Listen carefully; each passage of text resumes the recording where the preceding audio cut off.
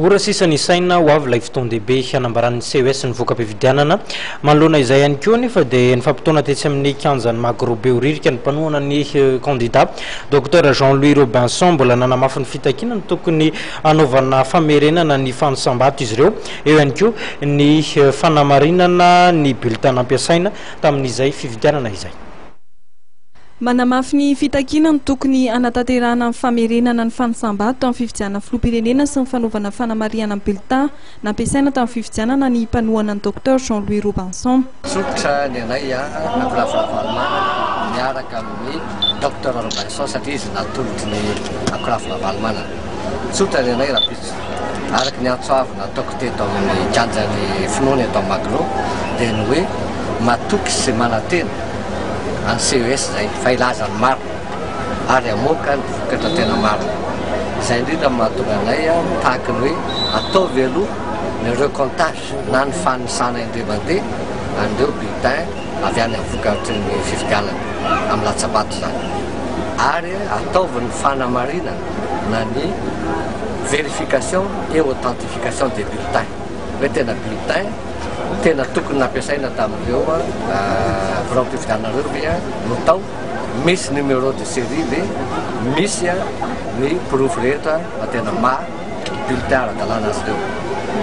Rehefa vita zay atao ny fanisana dia voaka ny didim-pitsarana tena izy zay no azonay ekena ary zay ihany.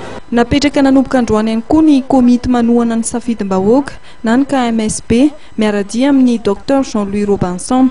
Tsy maintsy misy ny fahamarinana ahafahana manaprofa mba tena safidim-bahoaka marina ny voaka. Zay no andrasanay, zay no antenainay amin'ny CES miandry an'izay zay rapitra raha tsy zay no tranga sanatria fa fanabahakevitra sadasady na fanabahakevitra terena ho masaka toy voalobojaza fotsiny dia nazava ny tenin'ny Dr Jean-Louis Robinson teo mba hoe efa natsangana, efa mitsangana ary atevelona ny komity manohana safidim-bahoaka na ny KMSB dia ny vahoaka no aka ny fanabahakevitra izahay mpitarika fanavahoaka ny tompo safidy no vahoaka ny aro safidiny hatramin'ny farany. Idina an-dalambe ve ny ankolafy valomana raha toka tsy mifanaraka amin'ny heverin'izy ireo ny valim-pifidianana. Io no misy manitatra hoe idinaty ivoaka ny vavahany na zareo tsy miankina amin'ny mpitarika io, tsy miankina amin'ny olo-mitsy ny vahoaka maka ny fanabahakevitra amin'izany. Zay nananganana KMSB komity miaro ny safidim-bahoaka manerana Madagasikara fiaraham-fanabahakevitra miaraha-mandray io. Mbola misalasala na anatrika na tsy ny lanonana izay tanterahany any amin'ny CES ny mpanohana ny Dr Jean-Louis Robinson. Ivory zay androany hariva andinika sy hainy vaovao farany alohany anapahana hevitra hoe hoany sa tsy hoany hatramin'izao aloha raha ny vaovao epelatananay dia vonona zay no hoany satria nampahafantarina anay na ny vaovao nalainay maromarina kokoa dia hoe vonona ilazany marina zareo amin'ny CES. Anisan'ny feonandre tamin'ity androany ity dia nisy ny feonana teo amin'ny ekipan'ny Jean-Louis Robinson sy Hery Rajaonarymampianina.